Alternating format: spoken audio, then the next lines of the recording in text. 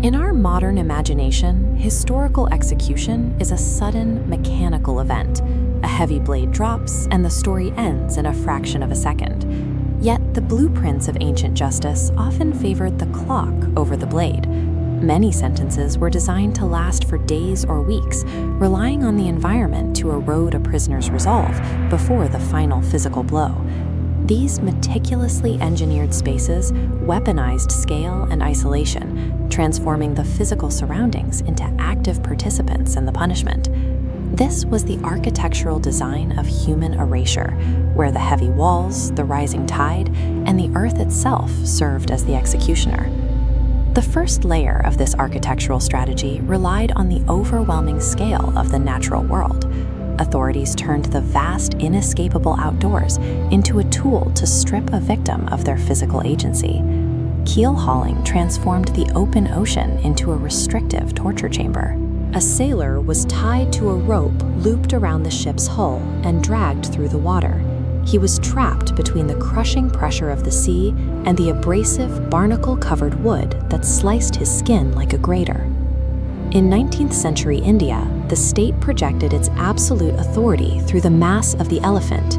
This illustration shows a creature that dwarfs everything around it, a living representation of the crushing weight of the ruling class. The execution was a slow, theatrical display of mass. A prisoner was pinned to the earth, while a trained elephant was guided to systematically crush their limbs one by one, ensuring the victim remained conscious for every agonizing increase in pressure. The Persian Empire utilized sun-baked lakes for a method called scaphism. The victim was fastened inside a hollowed-out boat with their limbs exposed, leaving them totally stationary under the relentless heat of the sun. This environment was biologically engineered to be lethal. By coating the victim in milk and honey, executioners invited the local ecosystem to feed. Swarms of wasps and parasites would infest the boat, slowly consuming the prisoner while they were still alive. In these outdoor punishments, the victim was rendered a bystander to their own demise, left entirely powerless against the elements and the local fauna.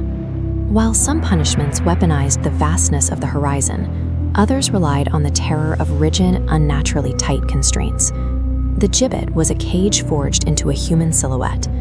As these heavy chains show, the structure was designed to eliminate all movement, forcing the prisoner into a permanent, rigid posture until their body failed.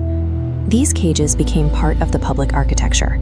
Suspended over busy harbors like this one, the rotting remains of pirates and thieves served as permanent signposts, visible to the public for years. Deep inside the dungeons, the rack took a different approach to the body. This wooden ratchet and pulley system allowed legal officials to slowly stretch a prisoner, forcibly dislocating every joint in their body to extract information. These devices erased the individual's agency by trapping them within a rigid structure, effectively turning a living person into a paralyzed object. Authority eventually moved away from public spectacle and into the deep silence beneath the Tower of London. Here, total darkness became the primary tool of the state. The rat dungeon was an engineered cell located below the nearby river's waterline. Inside, the prisoner sat in a sensory void, unable to see the walls around them. The dungeon's placement ensured that when the tide rose, the river's rats were forced out of their shelters and into the prisoner's cell. With their sight removed, the victim's only input was the sound of hundreds of scurrying feet. They were forced to wait in the dark, unable to defend themselves as the animals began to feed. This underground space weaponized sensory deprivation and physical exhaustion, stripping away the prisoner's grasp on reality long before their body succumbed.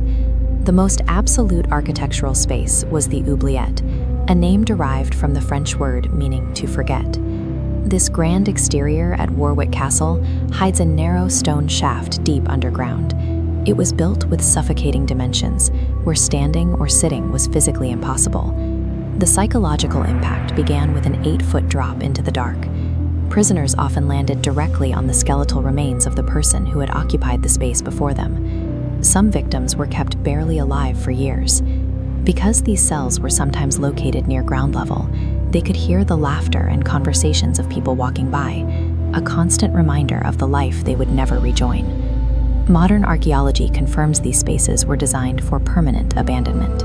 When the ruins of Leap Castle were renovated, workers found a subterranean shaft filled with dozens of human skeletons, proof that these cells were rarely, if ever, cleaned.